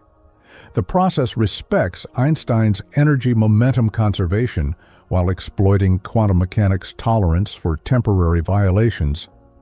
The Casimir effect provides stunning evidence for the reality of these vacuum fluctuations. When two metal plates are placed extremely close together, separated by distances smaller than the width of a human hair, they experience an attractive force that can actually be measured in the laboratory. This force arises because the quantum vacuum between the plates contains fewer virtual photon modes than the vacuum outside, creating a measurable pressure difference. Even more remarkable is Stephen Hawking's discovery that black holes emit radiation through quantum processes at their event horizons. Virtual particle pairs created near the black hole's boundary can become separated, with one particle falling in while the other escapes. The escaping particle becomes real Hawking radiation, carrying away energy and gradually causing the black hole to evaporate. But Hawking radiation creates its own puzzle, the black hole information paradox. If a black hole completely evaporates, what happens to the information that fell into it? Quantum mechanics demands that information cannot be destroyed, yet general relativity seems to suggest that anything crossing the event horizon is lost forever. Leonard Susskind proposed black hole complementarity as a potential solution. Perhaps observers outside the black hole and observers falling into it have fundamentally incompatible but individually consistent descriptions of what happens to infalling information. The information might simultaneously be destroyed from one perspective and preserved from another. Even more striking developments have emerged from Juan Maldacena's AD-S CFT correspondence, which reveals a deep connection between gravity and quantum entanglement. In certain theoretical models, the geometry of curved spacetime appears to be equivalent to entanglement patterns in quantum field theories living on the boundary of that space. Mark van Raamsdonk demonstrated that quantum entanglement might literally create spatial connectivity. In his work, Regions of Space That Are Connected by Einstein-Rosen Bridges, Theoretical Wormholes, correspond to quantum systems that are maximally entangled. The geometric connection and the quantum correlation appear to be two sides of the same phenomenon. This ER-EPR conjecture, connecting Einstein-Rosen bridges with Einstein-Podolsky-Rosen entanglement, suggests that space-time itself might emerge from quantum entanglement. Rather than taking space and time as fundamental, These theories propose that geometry arises from more basic quantum information structures. String theory and loop quantum gravity represent two major approaches to unifying quantum mechanics with general relativity. String theory replaces point particles with tiny vibrating strings, resolving mathematical infinities that plague other approaches to quantum gravity. The theory requires additional spatial dimensions beyond our familiar three, potentially explaining why gravity is so much weaker than other fundamental forces. Loop quantum gravity takes a different approach, suggesting that spacetime itself is quantized at the smallest scales. At distances shorter than about 10 to 35 inches, the Planck length, space and time, might break down into discrete granular structures like pixels in a cosmic display. Both approaches face the challenge of making testable predictions. The energy scales, where quantum gravity becomes important, are far beyond the reach of any conceivable experiment. Instead, physicists must search for subtle signatures in precision measurements and astronomical observations. Modern experiments continue to probe the boundaries between quantum and classical physics. Atomic interferometry now achieves quantum superposition across distances of miles, testing whether quantum mechanics breaks down at large scales.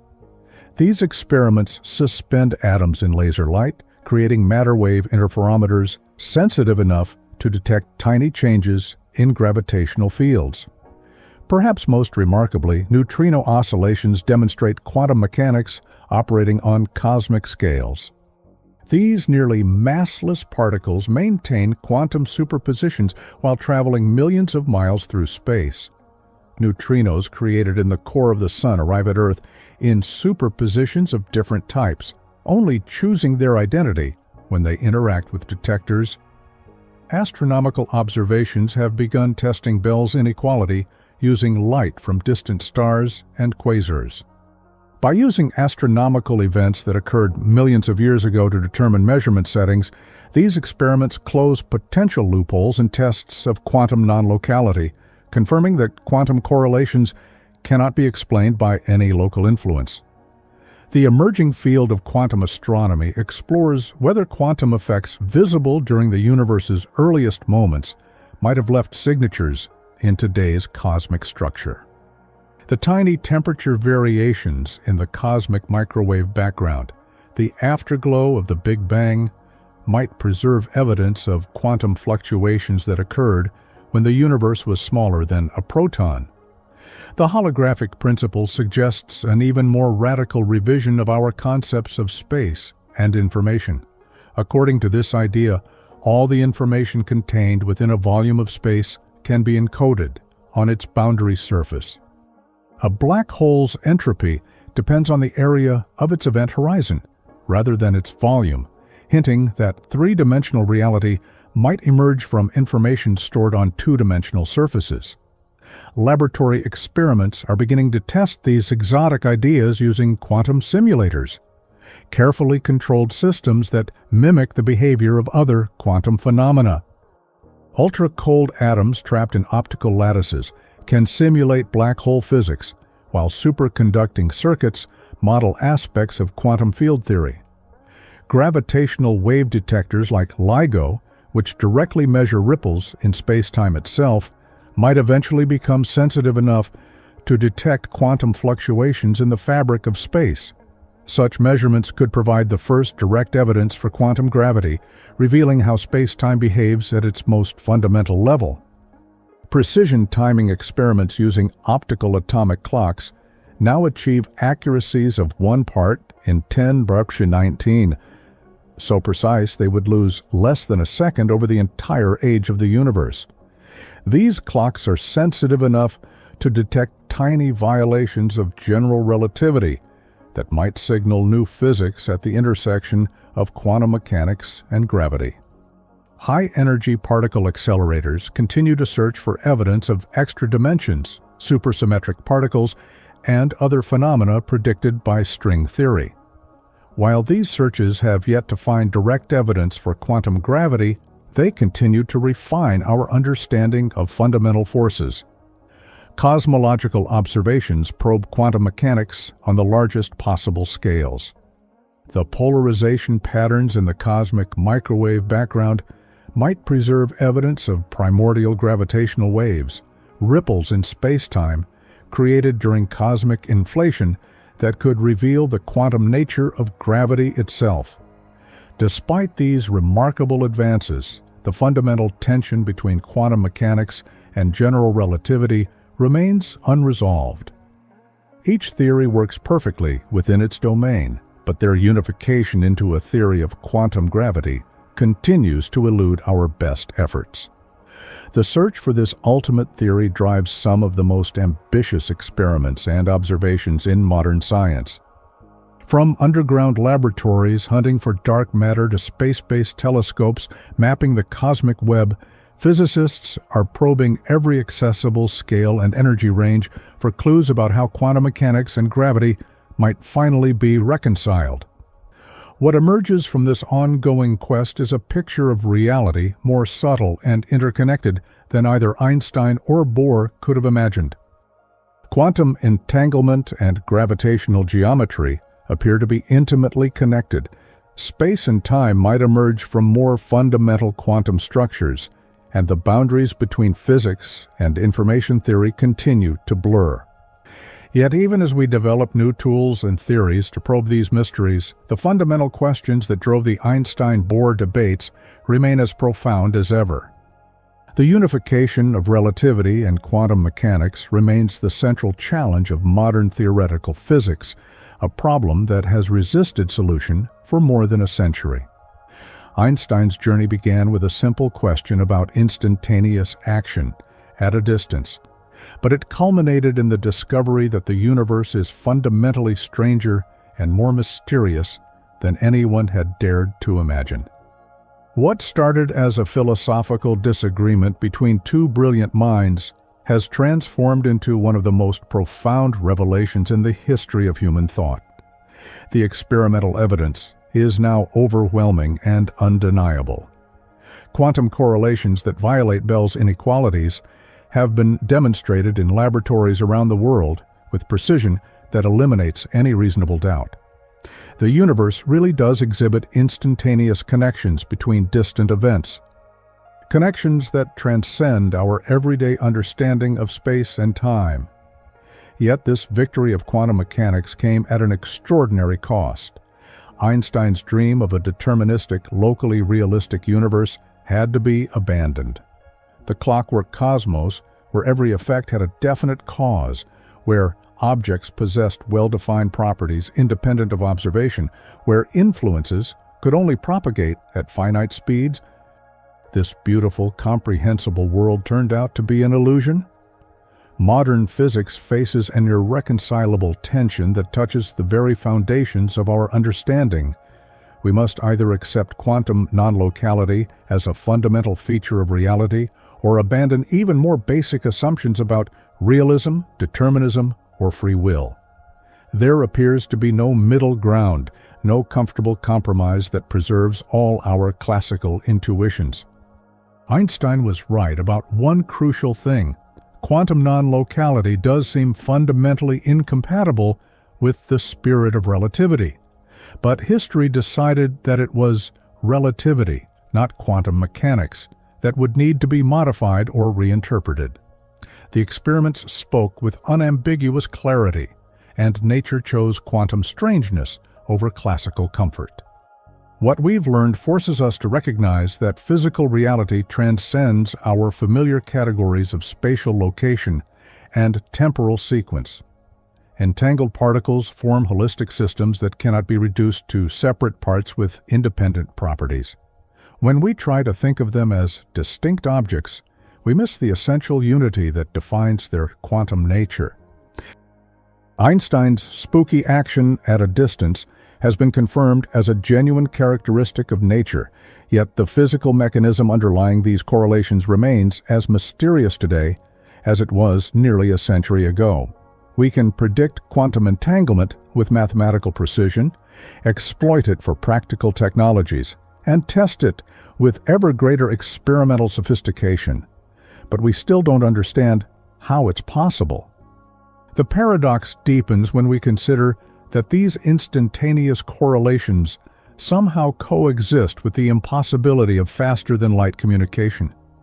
The universe appears to have found a precise balance between quantum strangeness and relativistic causality, allowing maximum non-local correlation while preserving the logical structure that makes science possible. Quantum information theory has revealed that the universe processes information in fundamentally non-classical ways. Quantum computers exploit superposition and entanglement to explore multiple computational paths simultaneously, promising exponential speed-ups for certain problems. Quantum cryptography uses non-local correlations to create unbreakable codes based on the laws of physics themselves. These emerging technologies transform quantum strangeness from philosophical curiosity into practical reality. Quantum sensors achieve measurement precisions that surpass classical limits. Quantum networks promise global communication systems with unprecedented security. Quantum simulators model complex many-body systems that would overwhelm the most powerful classical computers. The research program initiated by Einstein, Podolsky, and Rosen has demonstrated something remarkable about the power of science itself. Questions that once seemed purely philosophical, what is real? How do we know what we know? Have been transformed into precise experimental tests that nature herself could answer. John Bell's genius lay in recognizing that abstract debates about interpretation could be translated into concrete mathematical inequalities that experiments could verify or refute. His work exemplifies how rigorous mathematics can bridge the gap between conceptual questions and empirical reality. Decades of increasingly sophisticated experiments have confirmed quantum mechanics' strangest predictions, demonstrating that human intuition is an inadequate guide to microscopic reality. Our brains evolved to navigate a world of medium-sized objects moving at modest speeds, and they simply lack the conceptual apparatus to grasp quantum phenomena directly. Modern fundamental physics has learned to accept that nature operates according to principles radically different from our everyday sensory experience.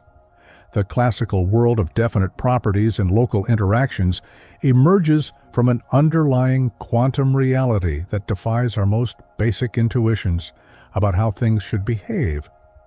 Yet the interpretation of quantum mechanics remains deeply controversial. The many worlds, objective collapse, hidden variable, and relational approaches offer incompatible visions of reality, each mathematically consistent but philosophically distinct. We can calculate what quantum mechanics predicts, but we still struggle to understand what it means. The quest for quantum gravity continues, seeking to unify quantum mechanics and general relativity into a single theoretical framework. This unification might resolve the tensions between non-locality and relativity, or it might reveal even deeper inconsistencies that force us to abandon cherished assumptions about the nature of space and time. Quantum cosmology explores the possibility that the entire universe emerged from a quantum fluctuation, a cosmic-scale manifestation of the uncertainty principle. The microscopic quantum world and the macroscopic cosmic structure might be connected in ways we're only beginning to understand. Some physicists invoke the anthropic principle, suggesting that the physical constants that permit life might reflect selection effects in a vast multiverse of quantum possibilities. Perhaps we observe a universe fine-tuned for complexity not because it was designed, but because only such universes can contain observers capable of asking the question. The philosophy of science has been forced to confront fundamental questions about the relationship between knowledge and reality. Is science discovering objective truths about nature or constructing useful models for predicting observations? Does the world exist independently of our ability to observe it? Or does observation play a constitutive role in creating reality? Science education faces the challenge of preparing future generations to think quantum mechanically, to accept that fundamental reality differs radically from everyday experience. Students must learn to embrace conceptual flexibility and mathematical abstraction as essential tools for understanding nature.